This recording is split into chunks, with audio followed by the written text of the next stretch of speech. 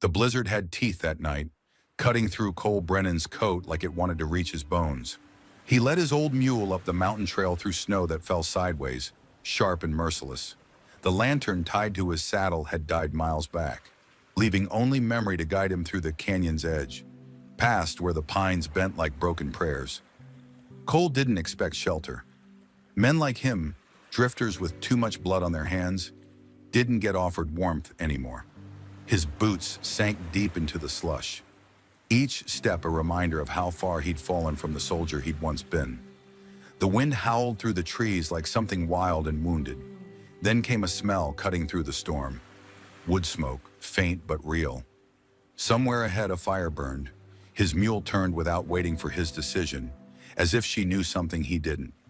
Through the swirling white, the shape of a cabin emerged, small, half swallowed by pine, with smoke rising from its chimney like a prayer against the darkness. Cole approached slowly, cautiously. No sound came from within. No voices, no footsteps, not even the quiet hum of evening life. He knocked once, then pushed. The door wasn't locked. It opened with a groan like an old man rising from a long sleep. Inside, heat from a wood stove, weak but real. And then he saw her, a woman lying near the hearth, arms stretched above her head, shackled to the stove with rusted chains. She was bleeding and very clearly with child. Cole stood frozen in the doorway, snow pooling at his boots, trying to process what his eyes were telling him. This wasn't the aftermath of a robbery or drunken brawl. This was something deliberate, calculated, cruel. The woman stirred barely, her eyes opening but struggling to focus. When she spoke, her voice cracked like river ice. "Don't call the sheriff," she whispered. Cole stepped forward instinctively, dropping to one knee beside her. The heat from the stove barely reached her position on the floor. Her skin was cold as creek stone, her dress soaked through with more than melted snow.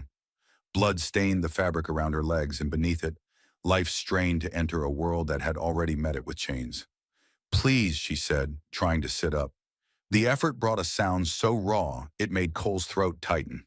"Water." "You're in labor," he said, more to himself than to her. The realization hit him like a physical blow. This woman was about to give birth, alone, chained to a stove like an animal. She nodded weakly, then sagged back against the floor.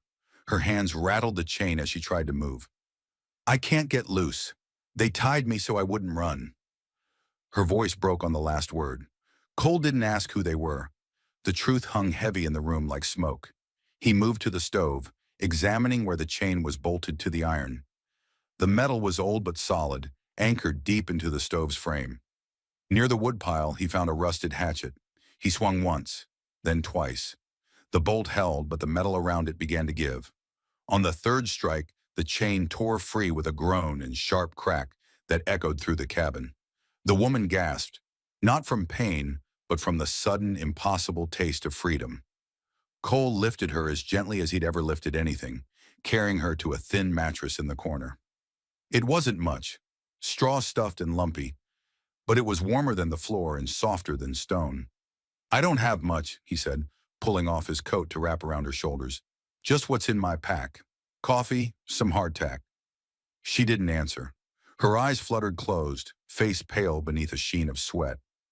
Cole stoked the fire high, then moved with quiet efficiency, filling a cracked jug with snow to melt for water, tearing an old towel into strips, sterilizing his knife in the flames. The woman stirred again, and this time her eyes were clearer. There was something hard in them now.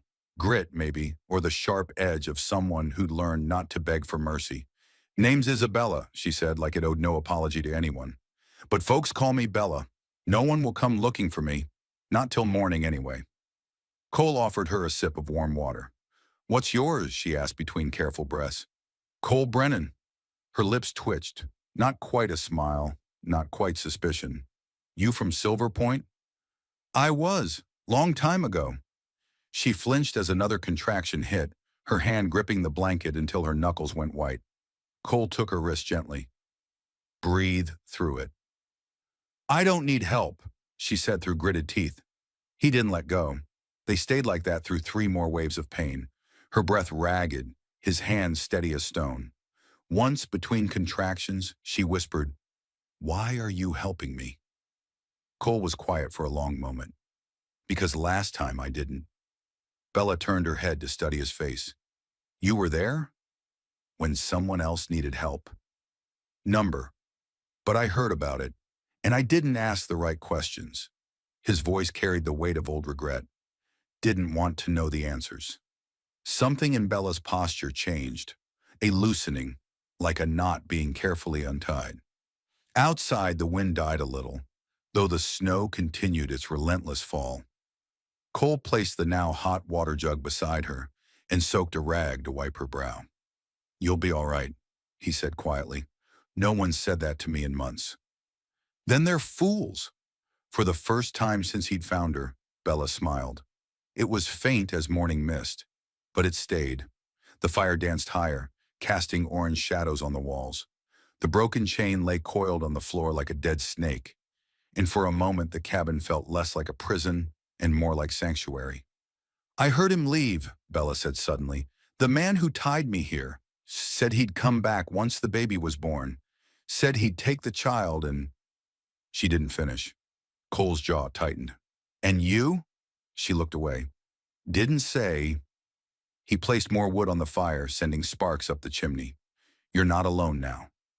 Bella closed her eyes, her breathing slowing as exhaustion pulled at her. For a while, there was only the sound of crackling wood and the storm sighing outside.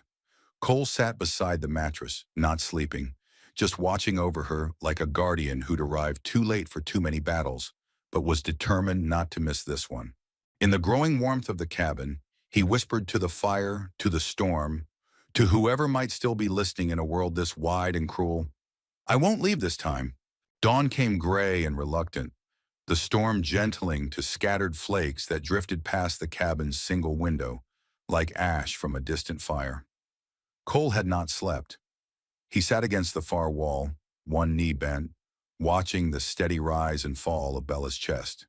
She was still here, still breathing, still fighting. The chains on the floor caught the weak morning light, a reminder of cruelty that seemed impossible in daylight, but had been all too real in darkness. Cole's eyes kept returning to them, then to her. Not out of pity, but something deeper. Recognition, maybe. The look of someone who'd survived what should have broken them. Bella stirred against the thin pillow, her hand moving instinctively to her swollen belly. The child hadn't come yet, but something had begun during the night. An undoing, a reshaping of what was possible. You're still here, she murmured, blinking up at him. Didn't say I'd leave, Cole replied. That's rare. Her voice was hoarse from the night's ordeal. She turned her face toward the ceiling, staring up like there was sky behind the rough boards. You should know the rest of it before someone else tells it wrong. Cole nodded once, settling more comfortably against the wall. Whatever she needed to say, he would listen. Bella took a breath. Not shallow, not the kind you take when trying not to cry, but deep, like she was lifting something heavy off her chest just to speak it. His name is Marcus Stone, calls himself Reverend Stone now. Came up from Arizona territory after the war, claiming he was part Comanche, part preacher. He wasn't either. Cole didn't interrupt. Her words had the shape of long-held silence, and when silence finally cracks open, it pours like a river. I was 23 when my husband died, she continued.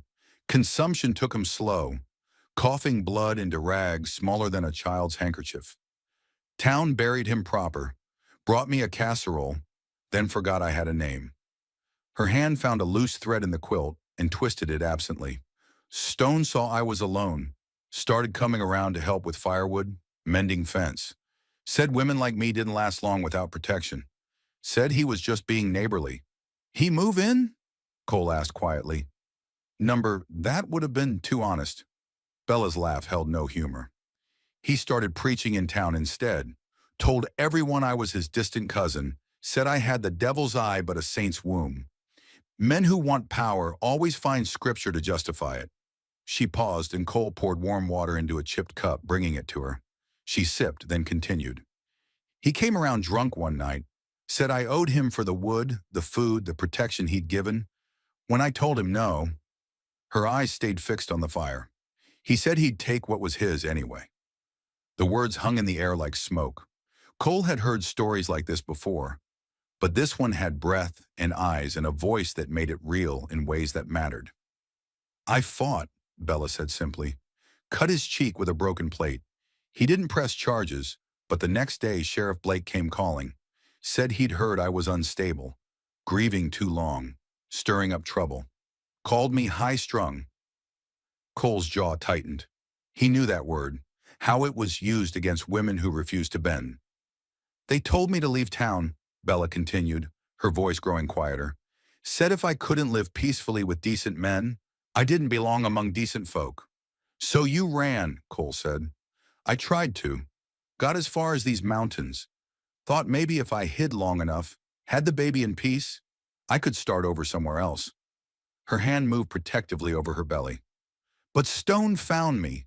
Said I was carrying his child. Said he'd take it and leave me for the wolves." Cole stared into the fire, thinking of all the men he'd known who wore clean boots and offered to help with firewood. All the ways women could be erased without anyone ever raising a fist. "Then he chained you," Cole said. Bella nodded. "Said I'd birth it like an animal, quiet and still. Said he'd come back when it was done." She was quiet for a moment. "I should have died last night. But you didn't." "No." She looked at him, and there was something fierce flickering in her gaze. "You didn't let me." Cole was quiet for a long time. When he finally spoke, his voice carried the weight of old shame. "I let someone else die once, back in Texas. A girl came to town, said a deputy had forced himself on her. She wasn't from around there, no family, no connections. We called her a liar before we bothered to listen." He pressed his palms together, staring at a scar that ran along his right knuckle. "She disappeared a week later. Sheriff said she'd left on her own. I wanted to believe it, so I did." Bella said nothing, but her silence felt like understanding. "So I reckon I owe the world a few things," Cole finished. "Is that why you're here now?" she asked. I'm here because I saw someone bleeding and knew that was enough reason to stay." Outside, a branch tapped against the window like a question nobody wanted to answer. Bella's breathing had grown more labored, her face flushed with rising fever. The baby was coming, and they both knew it. "Still waiting," she said, answering his unspoken question. Cole checked the fire, added more wood. The flames danced higher, casting warm light across her face. She looked less like a ghost now, more like a woman preparing for the fight of her life. "Whatever comes next," he said, "you won't face it alone." The contractions began again just after noon, fierce and regular as drum beats calling soldiers to battle. Bella gripped the edge of the quilt, her knuckles white as fresh snow, breathing through waves of pain that seemed to roll up from some deep place in the earth. Cole had moved the mattress closer to the fire, arranged clean rags and hot water within easy reach. He'd never delivered a baby before, but he moved with the steady calm of a man who'd learned to function when everything was falling apart. "How far apart?" he asked, timing the intervals in his head. "I don't know," Bella panted. "Time's slipping. Feels like the whole world's inside me, trying to get out." Another wave hit, stronger than before. She cried out, biting the edge of the blanket to muffle the sound. Cole placed a steady hand on her shoulder. "You can scream if you need to," he said. "No." She shook her head fiercely. "He might hear." The pain crested again, and her body arched like a bow under too much tension. Cole had seen men wounded in battle, had held dying soldiers in his arms. But this was different. This was life fighting to enter the world, not leave it.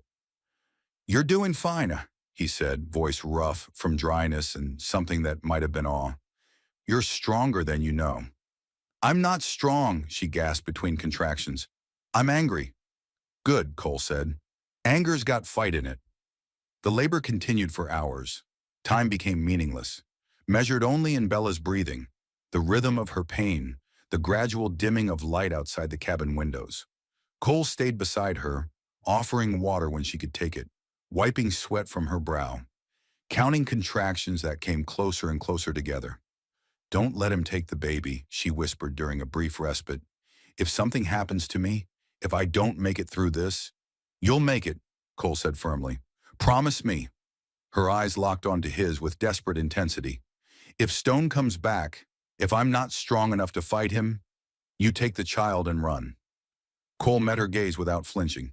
If you don't make it, which you will, I'll bury that man in silence before I let him touch your child. Something in his voice, some core of absolute certainty, made Bella's grip on the quilt loosen slightly. Trust, fragile as spun glass but real as the fire warming their faces. The final stages came fast. Bella's breathing grew ragged, her face flushed with fever and effort. She bore down with everything she had, screaming now without caring who might hear. The cabin rang with her voice, raw, primal, unashamed. Then in a rush of fluid and blood and impossible relief, the baby came. Cole's hands trembled as he caught the infant, slick and small and trembling with new life. The cord still pulsed between mother and child, sharing blood and breath and the sacred moment of becoming. "He's here," Cole said, his voice breaking on the words. "You did it." He wrapped the baby in his cleanest shirt, then placed the child in Bella's waiting arms. For a moment, the cabin was silent except for the infant's thin, piercing cry and the sound of a woman sobbing with joy and exhaustion and relief so profound it seemed to fill every corner of the small room.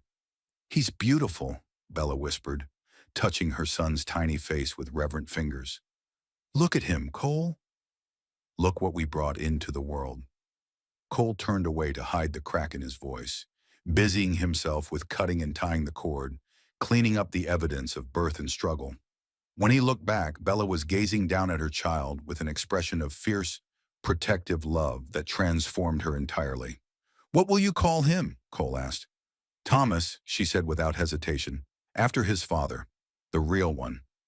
Outside, the storm had passed, leaving behind a world muffled in fresh snow and new possibility. But inside the cabin, by the warm glow of the fire, a different kind of miracle had taken place. A child had been born free despite the chains that had bound his mother, and two strangers had become something more, protectors of a future that suddenly seemed worth fighting for. "He's got strong lungs," Cole observed as the baby's cries filled the air. "Good," Bella said, smiling through her tears. "He's going to need them." Neither of them spoke about the morning that would come, or the man who might return to claim what he believed was his. For now it was enough that new life had entered the world, that chains had been broken, that hope had survived another dark night. But even as they marveled at the child in Bella's arms, both knew their real trials were just beginning. The sound came just after dawn, boots crunching through snow, deliberate and unhurried. Bella's eyes snapped open at the first footfall, her arms instinctively tightening around baby Thomas. Cole was already moving, pulling on his coat and checking the knife at his belt. "He's back," Bella whispered, fear creeping into her voice for the first time since the birth. Cole moved to the window, peering through a gap in the curtain. A single figure approached through the morning mist, tall, wearing a dark coat and the kind of hat preachers favored. Even at a distance, there was something predatory in his movements, like a wolf that had caught a familiar scent. "Just him," Cole said quietly. "For now." Reverend Marcus Stone didn't knock. He stood outside the cabin door, close enough that they could hear his breathing, feel his presence like a storm about to break. When he finally spoke, his voice carried the smooth authority of a man accustomed to being obeyed. "I know you're in there, Brennan. Found your mule tracks in the snow." A pause. "And I can hear the baby crying." Cole's hand moved to the door handle, but Bella caught his wrist. "Don't let him in," she pleaded. "You don't understand what he's capable of." "I understand enough," Cole replied, but he didn't open the door. Stone's voice came again, patient and reasonable. "Now, I don't want any trouble. Just came to collect what's mine. The woman's told you lies, I'm sure. She's got a gift for spinning tales that'd make a spider jealous." "Then tell me your version," Cole called through the door. Stone chuckled, a sound like leaves rustling over graves. "Poor girl's been touched in the head since her husband died. Started making wild accusations, claiming claiming things that never happened. When she ran off pregnant, I followed out of Christian duty, found her half dead from exposure and tried to keep her safe until the child was born." "Safe by chaining her to a stove?" A longer pause. When Stone spoke again, his voice had lost some of its smooth confidence. "She was violent, dangerous to herself and the unborn child. Said she'd rather die than let anyone raise her baby. I had to restrain her for her own protection. Cole looked back at Bella, who was sitting up straighter now, fury replacing fear in her dark eyes. The baby had quieted, as if sensing the tension in the air. That's not how I remember it, Cole said. You weren't there, Stone replied, and now there was steel beneath the silk.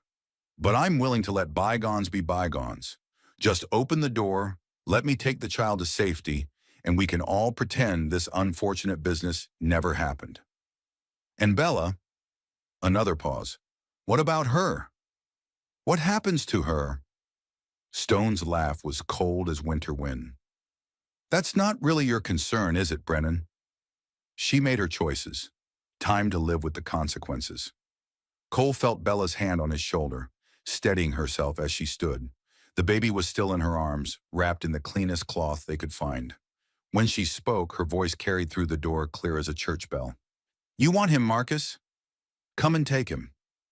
The silence that followed was thick enough to cut. Then they heard footsteps moving around the cabin, testing windows, looking for another way in. Cole grabbed the hatchet he'd used to break Bella's chains. What are you doing?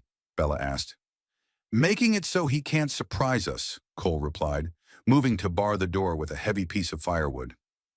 The footsteps stopped at the front door again. Stone's voice, when it came, had dropped its pretense of reason. You're making this harder than it needs to be. That child belongs to me. I have witnesses who'll swear to it. And the woman? Well, she's not right in the head. Dangerous. The town will thank me for handling this quietly. The town will hear the truth, Bella called out. The town will hear what I tell them, Stone replied. Who do you think they'll believe? A respected man of God? Or a widow who ran off in the night and came back with wild stories? Cole stepped closer to the door. They'll believe evidence. What evidence? The chains, the bolt holes in your stove, the bruises on her wrists. Cole's voice was steady as granite. The scar where you cut her when you forced yourself on her. Another long silence. When Stone spoke again, his mask had slipped entirely. You think you're some kind of hero, Brennan? You think saving one whore changes anything about what you are? Maybe not, Cole admitted, but it changes what I'm willing to let happen. They heard the sound of Stone walking away, his footsteps fading into the forest. But Cole knew better than to relax. Men like Stone didn't retreat. They regrouped. Bella sank back onto the mattress, exhaustion and relief warring in her face. He'll be back with others. Sheriff Blake, maybe some of his followers from town. Then we'll be ready, Cole said, checking his rifle. You don't understand. He has influence, connections. They'll say I'm crazy, that I seduced him and then tried to destroy his reputation when he rejected me. Cole knelt beside her, meeting her eyes. Then we make sure they hear your story before they hear his. How? We go to town, today, before he can poison the well. Bella stared at him like he'd suggested flying to the moon. I just gave birth. I can barely stand, let alone travel. Then we'll make a travois. Take it slow. Cole's jaw was set with determination. Running didn't work. Hiding didn't work. Time to face this head on. For a moment, the only sound in the cabin was the baby's soft breathing and the whisper of wind in the eaves. Then Bella nodded, something hard and bright kindling in her eyes. All right, she said. Let's go tell the truth. The travois was crude but functional. 2 poles lashed together with rope, a blanket stretched between them to make a bed that the mule could drag through the snow. Cole had built it with the careful attention of a man who knew lives depended on his craftsmanship. Bella lay wrapped in every blanket they could find, baby Thomas tucked against her chest beneath the layers. Her face was pale but determined, jaw set with the kind of resolve that came from having nothing left to lose. You sure about this? Cole asked as he made final adjustments to the harness. No, Bella admitted, but I'm sure about what happens if we don't try. The journey to Silver Point took 3 hours through snow that had crusted overnight into something that crunched like broken glass under the mule's hooves. Cole walked beside the travois, one hand on his rifle, eyes scanning the tree line for any sign of Stone or his allies. They saw no one on the trail, but Cole's gut told him they were being watched. Stone wasn't the type to leave things to chance. He'd want to know exactly when they reached town, would want time to prepare his own version of events. Silver Point appeared through the trees like something out of a fever dream. A collection of weathered buildings clustered around a main street that was more mud than road. Smoke rose from dozens of chimneys, and even at midday, the sound of voices carried on the cold air. Word traveled fast in small towns, especially word involving scandal and sin. Cole pulled the travoy to a stop outside the sheriff's office, a squat building with bars on its windows and the territorial flag hanging limp from a pole out front. Several townspeople had already gathered, drawn by curiosity and the kind of hunger for drama that kept small communities entertained through long winters.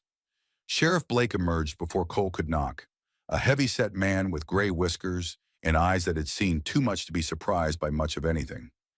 He looked down at Bella on the travois, then up at Cole with something that might have been sympathy. "Heard you had some excitement up at the old mining cabin," Blake said. "More than excitement," Cole replied. "Found this woman chained to a stove, about to give birth. Alone." A murmur ran through the gathered crowd. Blake's expression didn't change, but his hand moved instinctively toward the badge on his chest. "That's a serious accusation," the sheriff said. "It's a serious crime," Cole replied. Blake looked down at Bella again. "You able to talk, miss?" Bella struggled to sit up, Cole steadying her with one hand. When she spoke, her voice carried clearly enough for everyone to hear. "My name is Isabella Carson. 3 months ago, Reverend Marcus Stone forced himself on me in my own home. When I fought back, he had me run out of town. When I tried to hide in the mountains, he found me and chained me like an animal, so I couldn't escape." The crowd's murmur grew louder. Blake held up a hand for silence. "That's a mighty serious claim," he said. "You got any proof?" Cole stepped forward. "I cut the chains myself. Still got them if you want to see." "Chains don't prove who put them there," said a voice from the crowd. They all turned to see Reverend Stone approaching, flanked by 2 other men Cole didn't recognize. Stone's face was a mask of righteous concern, his voice pitched to carry sympathy and authority in equal measure. "Sheriff Blake," Stone said, nodding respectfully, "I'm glad you're here to witness this sad situation. This poor woman has been suffering from delusions since her husband's death. When she came to me for counseling, I tried to help, but her condition only worsened." "Liar," Bella said, but her voice was weak from exhaustion. Stone shook his head sadly. "She became obsessed with me, claimed we were married in the eyes of God.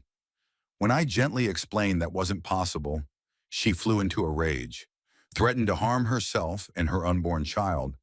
I was forced to restrain her for everyone's safety." "Then explain the blood," Cole said quietly. "Explain why she was barely clothed, why the chains were bolted into the stove instead of just wrapped around it." Stone's composure flickered for just a moment. "The woman is clearly unstable. She's turned you against me with her lies, just as she tried to turn others. This man," he pointed at Cole, "is a drifter, a drunk, probably worse. Are you really going to take his word over mine?"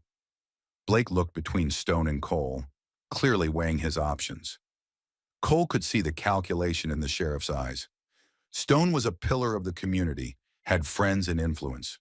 Cole was nobody, and Bella was a woman with no family, no connections, no power. "I'd like to examine the evidence," Blake said finally. "What evidence?" Stone demanded. "The chains, the cabin, the blood." Blake's voice was carefully neutral. "If what you say is true, Reverend, then an examination will only prove your innocence." Stone's mask slipped another degree. "I hardly think that's necessary." "I think it is," Blake interrupted. "Matter of fact, I think we all need to take a ride up to that cabin and see exactly what happened there." The crowd was growing larger now, drawn by the drama playing out in their muddy street. Cole could see faces in windows, people abandoning their daily business to witness what might be the most excitement Silver Point had seen in years. "Sheriff," Stone said, his voice taking on a harder edge, "surely you're not going to disrupt the peace of this community based on the ravings of a disturbed woman and the testimony of a vagrant." Blake's hand moved to rest on his gun. "Reverend Stone, you're welcome to come along and tell your side of the story, but one way or another, I'm going to get to the bottom of this." Cole felt Bella's hand squeeze his arm. When he looked down, she was looking up at him with something that might have been hope flickering in her tired eyes. "Thank you," she whispered. "Don't thank me yet," Cole replied. "We're not done." But for the first time since he'd found her chained and bleeding, Cole allowed himself to believe that justice might be possible, that truth might actually matter, that sometimes if you were willing to stand up and fight for it, the right thing could still win. The ride back to the cabin felt like a funeral procession. Sheriff Blake leading the way, followed by Cole and Bella on the travois, then Stone and his supporters bringing up the rear like mourners who'd rather be anywhere else. The crowd from town had thinned, but a dozen hardy souls had bundled up and followed on foot, drawn by the promise of resolution to a scandal that would be talked about for years. The cabin looked smaller in daylight, more squalid. Snow had drifted against the door, and the chimney no longer smoked. But inside, the evidence of what had happened lay scattered like accusation made manifest. Blake examined the broken chain first, running his fingers along the bolt holes in the stove's iron frame. The links were heavy, industrial, not something you'd use to tie a horse, but something you'd use to hold a person who was determined to escape. "These holes are fresh," Blake observed. "Metal shavings still on the floor." Stone shifted uncomfortably. "I told you she was violent, dangerous to herself and others." "Dangerous enough to need industrial chain?" Blake asked. "Hell, Reverend, this is the kind of thing they use in the territorial prison." Cole knelt beside the mattress where Bella had given birth, pointing to dark stains in the straw. "Blood," he said simply, "from the birth and from before. Look at the pattern. She was lying here when it happened. Couldn't move because of the chains." One of Stone's supporters, a thin man with nervous eyes, cleared his throat. "Blood could come from anywhere. Doesn't prove—" "Doesn't prove what?" Bella's voice cut through the cabin like a blade. She was sitting up on the travois, baby Thomas in her arms, fire in her eyes despite her exhaustion. "Doesn't prove he raped me? Doesn't prove he chained me here to die?" Stone stepped forward, his mask of sympathy finally slipping entirely. "You lying whore! You know what really happened." The words hung in the air like a thunderclap. Blake's hand moved to his gun, and even Stone's supporters took a step back. In that moment of revealed rage, Stone had shown everyone exactly what kind of man he really was. "Interesting choice of words, Reverend," Blake said quietly, "for a man who claims he was only trying to help a disturbed woman." Stone realized his mistake too late. His face went white, then red, then white again. She provoked me. Her accusations, her lies." "What lies?" Cole asked, standing slowly. "About you forcing yourself on her? About you chaining her here like an animal?" "Which part was a lie, Stone?" The silence in the cabin was absolute. Even the baby had stopped fussing, as if sensing the weight of the moment. Blake looked from Stone to Bella, then back to the evidence scattered around the room. "Marcus Stone," the sheriff said formally, "you're under arrest for rape, kidnapping, and attempted murder." Stone's composure cracked completely. "You can't. I'm a man of God. This town needs me. Without my guidance—" "This town needs honest men," Blake interrupted, pulling out a pair of iron shackles. "And you ain't one of them." As the sheriff secured Stone's hands behind his back, one of the preacher's supporters tried to protest. "This is madness. You're taking the word of a homeless woman and a drifter over a respected member of our community." "I'm taking the word of evidence," Blake replied, "and common sense. Look around you, Peterson. Look at what your respected member did to a pregnant woman." Cole helped Bella to her feet, supporting her as she walked slowly around the cabin, pointing out details that painted a picture no decent person could ignore. "Here's where he grabbed me," she said, voice steady despite the tremor in her hands. "Scratches in the wood where I fought back.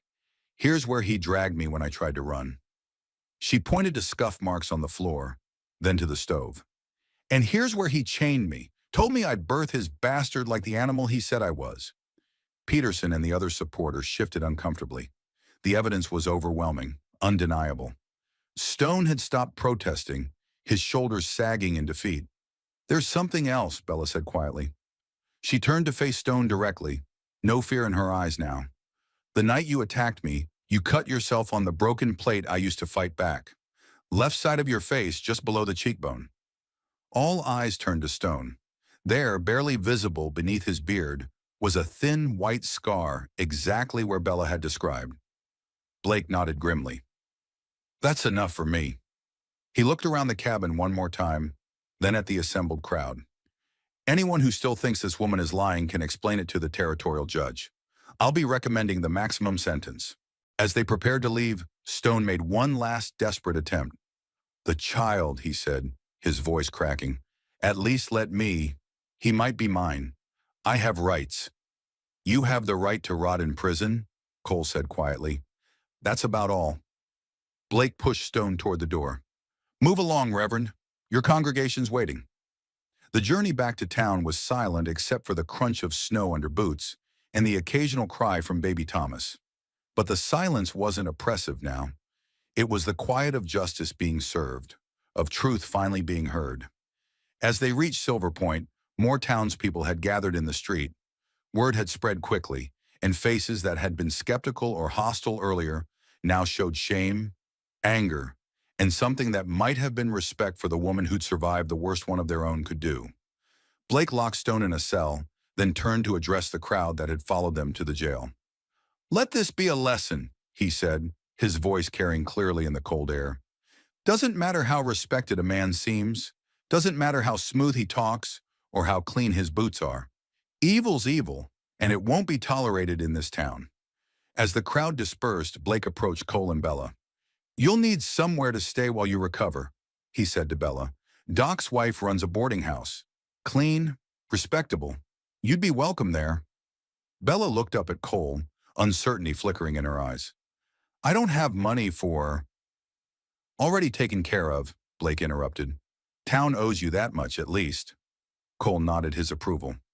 Good. You need proper rest, proper food, time to heal. What about you? Bella asked. Where will you go? Cole was quiet for a moment, looking down the street toward the mountains beyond. Don't know yet. Haven't thought that far ahead. Bella shifted baby Thomas in her arms, then reached out to touch Cole's hand. You saved us. Both of us. I don't know how to repay. You don't owe me anything, Cole said. You fought for yourself, fought for your child. I just happened to be there when you needed someone to cut a chain. It was more than that, Bella insisted. You gave me hope when I thought there wasn't any left. You helped me remember who I was before he tried to break me. Cole looked down at her, this woman who'd survived unspeakable cruelty and still found the strength to fight for justice. You never forgot who you were, he said. You just needed reminding that you weren't alone. As the sun began to set behind the mountains, painting the snow-covered town in shades of gold and amber, Cole helped Bella and her son to the boarding house. At the door, she turned back one more time. Will I see you again? She asked. Cole smiled, the first real smile anyone in Silver Point had seen from him. Count on it. Someone's got to make sure that boy grows up knowing his mother's a hero. The camera pulls back slowly from the boarding house as warm light spills from its windows. Inside, Bella sits by a crackling fire, baby Thomas sleeping peacefully in her arms, while the doctor's wife brings her hot soup and fresh bread. Outside, Cole stands in the falling snow, watching over them one last time before disappearing into the gathering dusk. In the jail, Marcus Stone sits alone in his cell, his mask of righteousness finally torn away to reveal the broken man beneath. Tomorrow he'll face a territorial judge who's heard too many stories like Bella's to show mercy to men who prey on the vulnerable. This is Bella's story, but it's more than that. It's a reminder that even in our darkest moments, when evil seems to wear the face of respectability and justice feels like a luxury we can't afford, there are still people willing to cut through the chains that bind us. Bella's journey from victim to survivor to victor didn't happen because she was superhuman. It happened because she refused to let cruelty define her worth, because she found the courage to speak truth even when the world seemed determined not to listen, and because sometimes when we're drowning in darkness, a stranger appears with an axe and the will to use it for good. Have you ever found strength you didn't know you had? Have you ever stood up for someone who couldn't stand up for themselves? Sometimes the most important battles aren't fought with guns or fists, but with simple human decency and the refusal to look the other way when someone needs help. Drop a comment below and tell us where you're watching from. Share a time when someone stood up for you or when you found the courage to break your own chains. Bella's story reminds us that heroes don't always wear badges or carry swords. Sometimes they're just ordinary people who choose to do the right thing when it matters most. The screen fades to black as snow continues to fall over Silver Point, covering the tracks of those who've moved on and clearing the way for new stories of courage and redemption.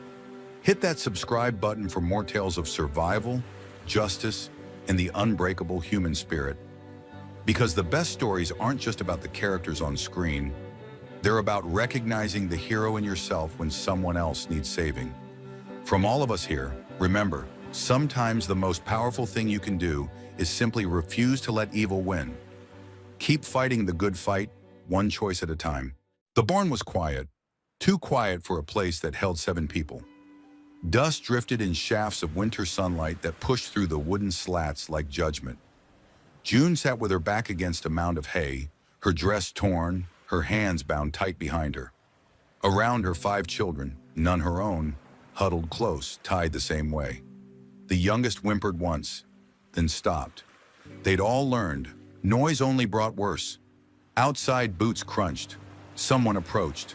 The door creaked open, flooding the barn with pale light. A man stood there, not one of them. Long coat, dust-covered hat. No weapon drawn, but something far more dangerous sat behind his eyes. Quiet calculation.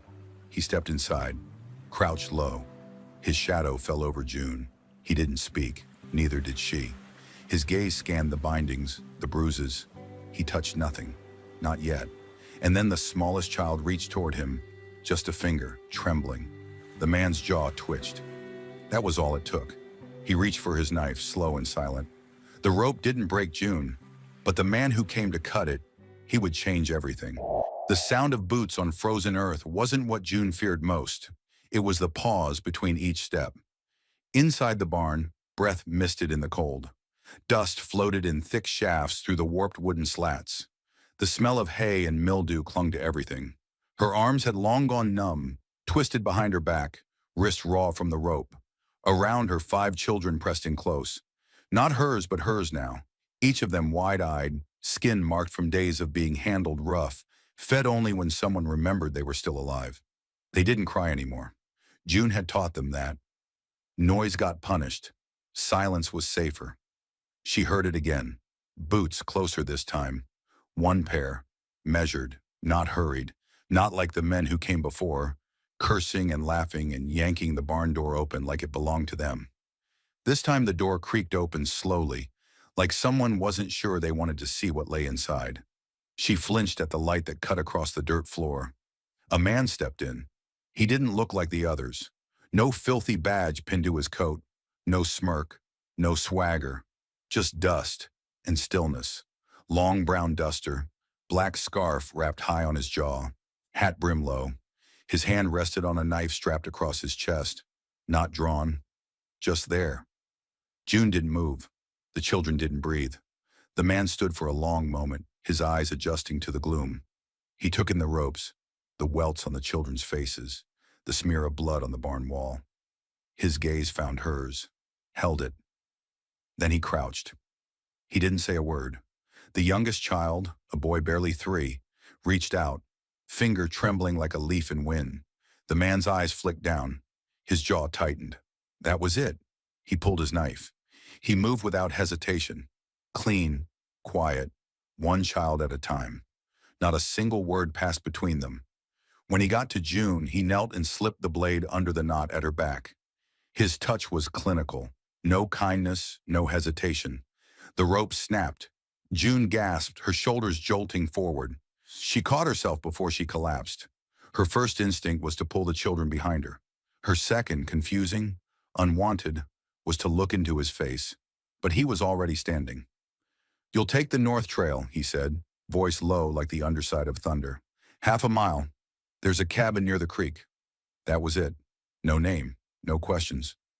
No apology for being late. He turned and walked out. June blinked in the light. Her legs didn't want to follow, but the children moved with her, like baby ducks. The ground was hard, unforgiving, but better than the floor they'd sat on for 2 days. When they made it to the edge of the tree line, she turned. The man was mounting his horse, a paint with scars across his flank. He didn't look back. He just rode. June didn't call after him. She didn't even know what she'd say. The cabin was exactly where he said it would be, half buried in snow and pine shadow, smoke curling from a chimney. Inside, a fire already lit, food waiting, blankets folded on a wooden bench. No sign of him. Just presence. She didn't ask the children how they felt. They were too tired to speak. She fed them one by one, unwrapped their bruises, tucked them under quilts that smelled of cedar and pipe tobacco. Then she sat by the fire, alone, and stared at the knife he'd left behind. It wasn't a gift. It was a message. I know you're not safe yet. She didn't sleep that night. Neither did he. She saw him at dawn, out by the ridgeline, hat low, leaning against the pine like he was built into it, watching, waiting. He left when the sun rose. On the third day, she followed the trail to the barn, not because she wanted to, because she had to. There were still things she didn't understand, things the children couldn't tell her, things the bruises didn't explain. She found boot tracks, his and others, signs of a struggle near the far fence, blood, not dried yet. Someone had been dragged, and a silver ring in the dirt. Her husband's. June didn't cry. That part of her had died long before the rope. She walked back to the cabin slower, the knife tucked into her skirt, the ring pressed into her palm like a secret only her bones could feel. The next morning he was there again. Closer this time, sitting on the split rail fence near the creek, arms folded, eyes on the horizon. June approached. "You knew him," she said. Her voice cracked. The man didn't answer. "You left him." Still nothing. She stepped closer, the knife dangling at her side. "I want to know what kind of man does that." He looked at her then. Really looked. "The kind that's trying not to be that man anymore," he said. Then he turned and walked. That night, a storm rolled in. Wind howled through the cracks in the cabin walls. Snow drifted high against the door. The children huddled close.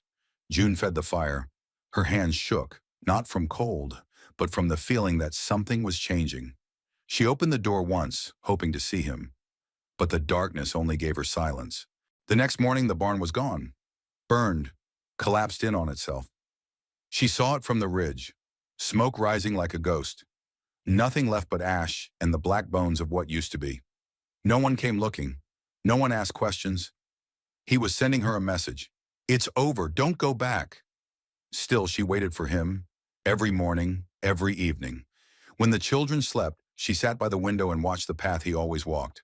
But he didn't return. Not for days. Not until the third week, when the frost had finally started to melt, and the creek sang again. Then he came, hat in hand, silent. June opened the door. She didn't ask where he'd been, and he didn't say. But she stepped aside, and he walked in. The first night he slept inside, it rained so hard the roof wept. Not in the corner of the house where the leaks used to be, but from the edges, where the wood had swelled and curled like tired skin. The storm rolled across the hills like it was hunting something, thunder growling low and mean. Weston didn't speak when June opened the door for him. He stepped inside like he'd always belonged there, hat in one hand, coat soaked, jaw tight. His boots left clean mud tracks. She handed him a towel. He nodded, nothing more. The children were already asleep in the back room, nestled together like sparrows. June had taught them how to listen for danger in the wind, but tonight it was the silence of the man dripping near the fire that made her heart beat different. He didn't ask where to sleep. He sat on the floor near the stove, spread out the blanket she'd left on the porch weeks ago, and leaned back against the log wall. The fire popped. Shadows danced. June sat across from him, hands wrapped around a tin mug of tea. Neither of them said a word. Not then. Not yet. By morning the storm had passed and he was gone. But the blanket was folded, the fire fed, and the woodpile outside stacked higher than the night before. June stared at the neat triangle of kindling by the hearth. It was a conversation she hadn't asked for, but it told her what she needed to know. The days that followed moved slow and different. Weston didn't leave for good. He came and went like a shadow, present only when the sun caught him just right. Some mornings, June would wake to find the porch swept. Other days, she'd spot a freshly skinned rabbit hanging on the back hook, gutted and bled with clean precision. He never knocked. He never asked. But he stayed. One morning, she found him splitting logs behind the shed, shirt sleeves rolled, muscles working like clock springs. He didn't turn when she approached, but she could tell. He knew she was there. His back straightened. The axe paused mid-swing. His breath clouded in the crisp air. "I can do that," she said. He finally turned, sweat on his brow, shirt dark at the collar. "I know." Then he went back to chopping. June stood there a while longer than she needed to, and he didn't mind. The children began asking about him. "Is he staying? Does he have a name? Can he teach me how to hold a knife?" June answered only one of those questions. "His name's Weston." The rest, she left to time. When the youngest, Nora, got a fever, June spent 2 nights awake by the girl's side. Cool claws, broth no one wanted, whispered prayers to a God she wasn't sure still listened. On the 3rd night, she found Weston sitting outside the door, arms folded, rifle across his lap, eyes half closed but alert. "You should sleep," she said. He didn't answer, so she brought him tea and left the door open. The first real conversation happened over soup. She passed the bowl. He took it, sipped. "This from the root cellar?" he asked. She nodded. He gave a short grunt. "Needs more salt." She raised an eyebrow. "You offering?" He looked down. "Didn't say it was bad." She almost smiled. Almost. He began sleeping indoors more often, first on the floor, then the cot by the wall. June didn't offer her bed. He didn't ask. But when one of the children wandered into the room after a nightmare, Weston was already standing, blanket in hand, calm in voice. "Just a dream," he'd say. "Ain't nothing real if you don't let it be." And the child would believe him, because somehow he made it sound true. Sometimes June caught him watching her, not like a man does when he wants something, but like a man who lost something once and couldn't figure out how not to want it again. His eyes would follow the movement of her hands as she kneaded dough, or when she braided the girl's hair, or when she wiped the table down in long, even strokes. He never interrupted, but the air between them thickened day by day, not with words, but with waiting. One evening she brought out an old deck of cards, sat across from him at the table, slapped them down hard and sharp. "Ever play poker?" she asked. He looked at the cards like they were a language he hadn't spoken in years. "I've played." "Good," she said, "because I'm tired of talking to myself." He smirked, just a little, and they played until the fire died. It was after a game like that, midnight, cabin dark but for embers, that he finally asked, "You got anyone left?" June was slow to answer. "Used to have a brother. Died in a mining collapse back east. Husband, you know how that ended." "I do." "You?" He stared into the coals. "Had a partner. Used to ride together. He got greedy. I didn't." She didn't ask what happened to him. She didn't need to. Then came the night the horse returned. A paint gelding, saddle-stained, riderless. Weston saw it first. He didn't speak, just walked to the barn, untied the rope, and led the animal back like it was a message hand-delivered from a ghost. June stood on the porch when he returned. Blood on the saddle. No supplies, no name. "They're coming?" she asked. He nodded. "How many?" "3, maybe 4. "From the crew?" "Not sure, but they'll be looking." "For you?" "For what I took." She looked him in the eye. "What did you take?" He didn't blink. "Myself." That night she didn't ask him to stay. She just laid an extra blanket near the stove, fixed enough food for 2, and bolted the door tighter than usual. He stayed without a word. Over the next few days, the tension hung like low cloud. He cleaned his guns, sharpened the blades, walked the perimeter of the land like it was borrowed time. The children knew something was different, though they didn't say it. June found herself watching him more than she wanted to admit. She found herself hoping he wouldn't leave again. On the 5th day, he came in from the trail, dust on his coat, eyes hard. "They're close." "How close?" "By morning." June swallowed. "You running?" He shook his head. She looked at the children. "Then neither are we." He turned to her, something unreadable in his face. "You're not asking me to fight for you?" "No," she said. "I'm asking if you'd do it anyway." He didn't answer. But that night he stayed awake by the door, rifle in hand. And when the fire flickered low and June sat beside him, she whispered, "I never asked you to stay." "I know." "But you did." He didn't look at her. But he said, "Yeah, I did." The old gate hadn't closed properly in years. One hinge hung loose, rusted clean through. The latch dragged on the ground, carving a shallow groove in the earth. It groaned like an injured thing every time the wind hit it, loud enough to wake the children, loud enough to unsettle June, who already had trouble sleeping. Weston had passed through it a dozen times since he'd arrived. Never said a word about it, never looked twice, just stepped over the sagging plank and moved on. Until the morning after the paint gelding came back riderless. June heard him before she saw him. The slow squeak of metal, the scrape of old wood, a grunt under breath. She opened the door to find him kneeling in the mud, sleeves rolled up, sweat on his brow, his knife wedged under the hinge bracket. A pile of nails sat beside him, and a crude hammer fashioned from a broken fence post. She didn't ask why. She just stood there a moment, watching. And in that moment, she realized something. He wasn't preparing to leave. He was fixing something. She brought him water, silent. He nodded, took the cup, drank, then went right back to work.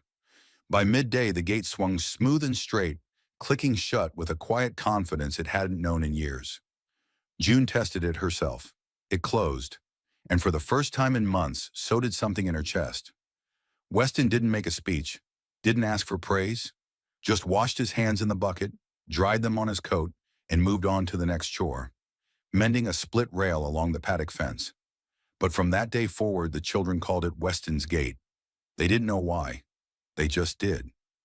That evening, June made cornbread. Real butter. Real honey. Things she'd been saving for some after that never came. She watched him eat in silence. Boots off, shirt collar open, steam rising from his bowl. "You ever do this before?" she asked softly. "What?" "Try to belong somewhere." He looked at her, slow and deliberate. "Didn't know I was." "You're not bad at it." He didn't smile, but he didn't walk away either.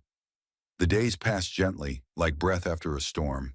The children began laughing again. One of them, Thomas, asked if Weston had ever seen a bear. He replied, "One owed me money once." They laughed so hard June had to sit down.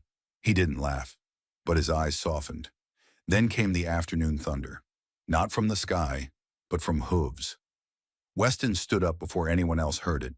He didn't speak, didn't grab his coat, just reached for the rifle and moved outside. June followed. "They're coming?" He nodded.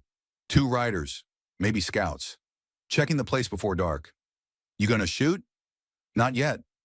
They waited behind the shed, still as fence posts, wind rising, grass hissing at their knees. The riders came into view, a pair of dirty, leather-bound shapes moving slow, too casual to be strangers. One of them spat. The other pointed toward the cabin. Weston whispered, "Don't let the children look out." June nodded and backed away. He didn't draw, not yet. He just watched. The men didn't dismount. They circled, once, twice, then rode off, spurs jingling like coins in a tin cup. But they'd be back. Weston knew it. So did June. That night he sat on the porch carving something from a chunk of ash wood. June sat beside him, working on a torn sleeve. The air smelled like rain, but it didn't fall. "I can send you all to the ravine pass," he said. "There's shelter there. I'll buy you time." June kept stitching. "You're not going with us." "No." "You think they'll kill you?" "Probably." She didn't stop working. "You don't have to do this." "Yes, I do." She set the shirt down, stared at him. "You're not the man they remember, Weston." He met her eyes. "That don't matter. They ain't here for the man I was. They're here because I walked away." "Then let them come." "I will." Later that night, when she handed him the finished shirt, their hands touched. He didn't pull away. Neither did she. The next morning, the children ran through Weston's Gate, chasing a tin hoop one of them had found.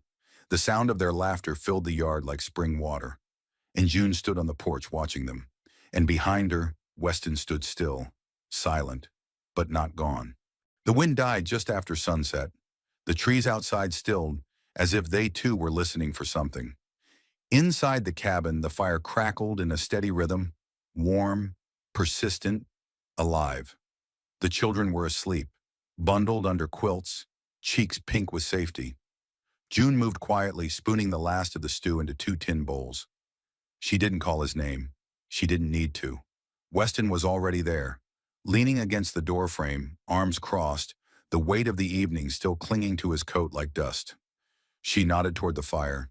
He stepped in without a word. They sat across from each other, cross-legged on the floor, the fire between them. Weston held the bowl but didn't eat right away. His eyes stayed on the flames. June finally broke the silence. "How long were you with them?" He didn't flinch. "Too long. Were you like them?" His jaw tensed. "No." She waited. "They ran jobs. I kept people alive. That was the deal." June stirred her spoon slowly. "Why did you leave?" "They killed a man who was kneeling." That was all he said. That was all she needed to hear. The fire popped. Ash shifted. Outside, a coyote howled far off, thin and lonesome. June leaned forward, her elbows on her knees. "I used to think the worst thing that could happen to me was being alone." Weston looked up. "It's not," she said. "The worst thing is being with people who treat you like you don't matter, who make you feel like you're only there to survive them." She paused. "I'm tired of surviving." He set his bowl down, folded his hands. "I'm not good at staying. I didn't ask you to. I don't know how to be quiet like this." June smiled, faint but steady. "You don't have to be quiet. You just have to be kind." He stared at her a long time, then softly, "You think I deserve that?" "I think if you didn't, you wouldn't be asking." She leaned back against the wall, hands loose in her lap. "People don't change all at once," she said. "They change the way fences rot, slow, almost invisible, until one day you lean on it and realize it's strong again." She thinks I'm becoming something better. I hope she's right. He exhaled through his nose. "Your metaphors need work." She laughed, and for the first time he smiled. That night she didn't offer the cot. She just walked to the back room where the children slept, laid out a second blanket beside the fire and said, "If you're still here in the morning, we'll fix the roof." He didn't answer, but when she woke just before dawn, he was still there. Boots off, back turned to the coals, breathing deep. Still. Over the next few days, the quiet between them changed shape. It became comfortable, intentional, a space they both stepped into willingly, not because they feared the world, but because they were building one of their own. One afternoon, she found a carving on the porch rail, a simple shape, half of a wildflower. She didn't ask if he made it, but that night she placed a small dried bloom in the center of the table before dinner. He didn't ask where it came from. Days blurred into weeks. The scouts didn't return, but the memory of them hung low, like thunder not yet spoken. June tried not to ask what Weston was planning, but one evening as they walked the perimeter with lanterns in hand, she said, "You're not waiting for them to forget." "No, you're waiting for them to come back." He nodded. "They always do." She stopped walking. "What happens when they do?" "I'll be ready." "You always ready to kill?" He turned slow. "I'm always ready to end it." That night, June stood by the fire longer than usual. The children were asleep. The night was cold. Weston sat in his usual place, coat off, shirt sleeves rolled, knife resting on his thigh. She stepped forward, sat beside him, close. "Whatever happens," she said, "I'm not leaving." He didn't turn to her, but he said, "That's how people die." She looked at the fire. That's how people live. And for the first time, he reached for her hand. Rough, solid, warm, and she didn't pull away. The next morning, the sun rose over the ridge like it had never left. The sky was clear, the wind was gentle, and the gate stayed closed, because someone had fixed it, because someone had stayed. The day started still, too still, no wind, no bird calls, no scattered laughter from the children chasing hoop rings or stomping in thawed puddles. Even the air felt heavy, like it knew something was about to fall from the sky. Weston had been awake since before the first light crested the ridgeline. He sat on the porch sharpening his knife, the scrape steady and soft. His rifle was cleaned, loaded, leaned against the far post. A second revolver hung on his hip, another tucked behind the flour barrel inside. He wasn't pacing. He wasn't checking twice. He was waiting. June rose with the sun and found him there. Boots on, eyes scanning the tree line, like it owed him something. She poured 2 cups of coffee and handed him one. No questions, no forced reassurance. "You see him yet?" she asked. "No." "You will." "I know." The children were quiet that day, as if they too felt the storm in the bones of the earth. June kept them busy, splitting bread, drawing pictures, stacking old seed sacks along the wall. But her eyes drifted back to the door every few minutes. Weston never moved far from it. Just after noon, a crow landed on the fence post and screamed, a long, drawn-out warning. And then, the rumble, not thunder. Hoofbeats. Weston stood, took one last sip of coffee, set the cup down beside the sharpening stone. Then he walked to the barn. He didn't slam the door behind him. He didn't mutter curses or whisper prayers. He just opened a crate beneath the haystack and pulled out a long coat he hadn't worn since before he met June. A dark coat. The kind of coat you wear when you're ready to do things you don't want to speak of later. He strapped the second revolver across his chest and stepped back into the light. June met him at the edge of the porch. Her voice didn't shake. "You said they'd come." "I did." "You said you'd be ready." "I am." She touched his arm. "Don't forget, you're not alone this time." He looked at her, eyes darker than thunderclouds. "That's exactly why I'm going out first." He walked toward the gate, his gate, and opened it slow. The sound of the latch clicking back was louder than any rifle crack. Then he stepped outside and closed it behind him. A signal. 4 riders came into view. Dusty, wide-shouldered, teeth bared, guns low but not drawn, eyes like wolves. One of them smiled when he saw Weston. "Well, hell, you really settled down, didn't you?" Weston didn't smile. "Turn around." The man leaned on the saddle horn. "Still got that edge, Weston. That fire. But here's the thing. Fires burn out when no one's scared of them no more. I ain't looking to scare you." "Oh? I'm looking to end you." That was when the gunfire started.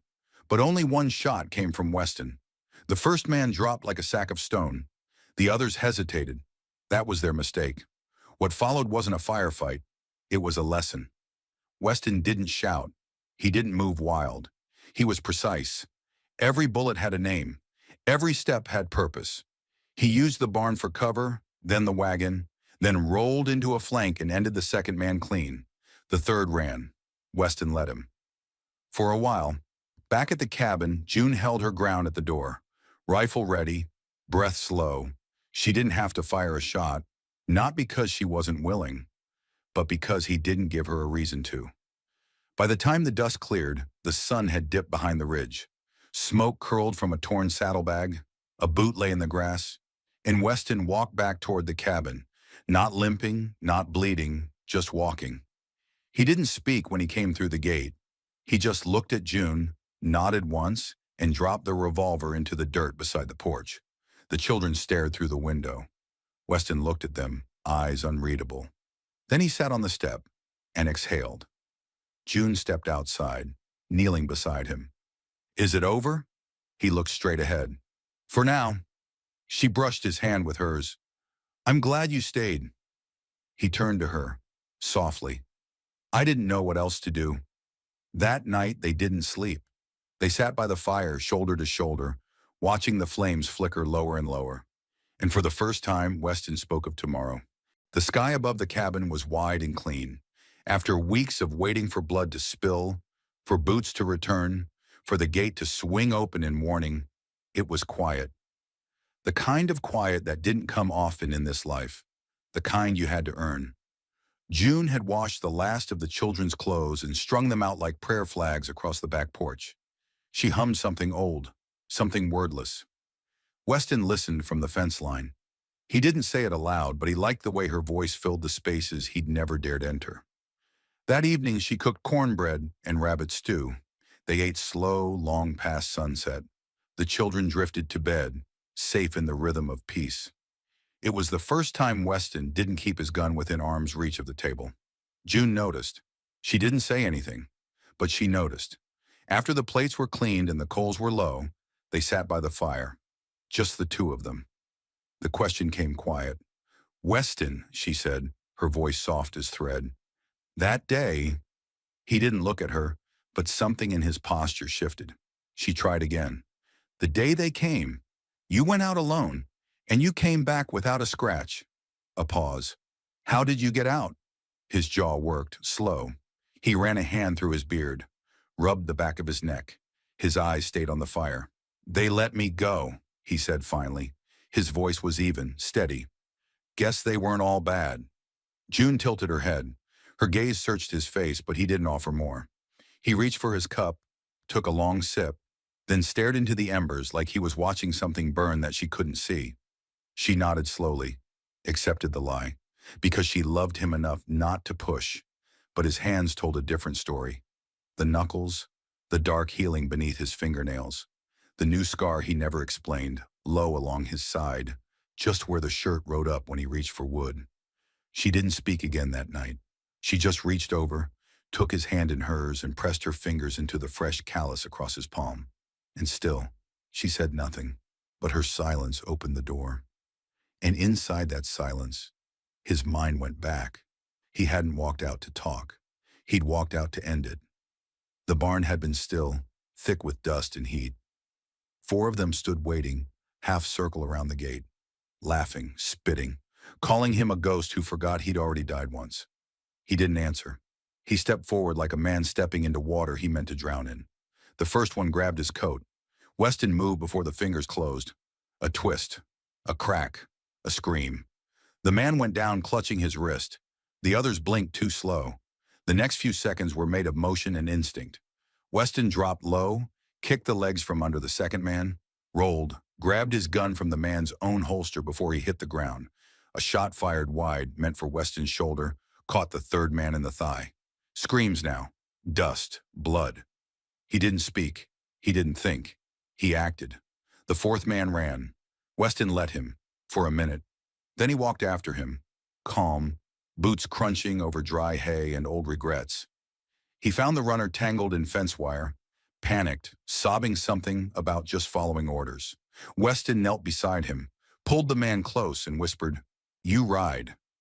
You tell the others, there's no one left to follow, and there's no shadow big enough to hide from what I'll do if they come back." The man nodded, shaking. Weston stood and pinned a scrap of cloth to the barn's wall with his knife. A single word burned into the fabric. "Stay." Then he set fire to the hay and walked out while the walls collapsed behind him. Back in the cabin, June turned her head slightly against his shoulder. The fire crackled low. The room smelled of cedar and bread. "I'm glad you're here," she whispered. "I'm not going anywhere," he said. And this time, it wasn't a lie. Later, as he helped her bank the fire, his hand brushed hers again. Rough, honest, unspoken. She looked at him with something that wasn't surprise anymore. It was recognition. The next morning, she woke to birdsong and the soft clink of nails. Weston out fixing a shutter that didn't even need fixing. The world hadn't ended, but something had, and in its place. A gate that closed quiet, a porch that didn't creak, a man who once killed to survive, now working to stay. They say the West never forgets, but sometimes it forgives. Weston didn't ride off into legend. He stayed. He fixed a broken gate. He carried water. He held a child's hand when the nightmares came. And June, she never asked again how he survived that day. Because when a man stays, when he builds instead of burns, you learn to trust the silence more than the words. But we know. We saw the truth he buried in the barn dust, the fire he walked away from. And now we ask you, would you want to know who Weston was before June, before the porch, before the firelight, before her? Then tell us in the comments, where are you watching from? What part of this story stayed with you the most? And if you're still here, you're already part of our story.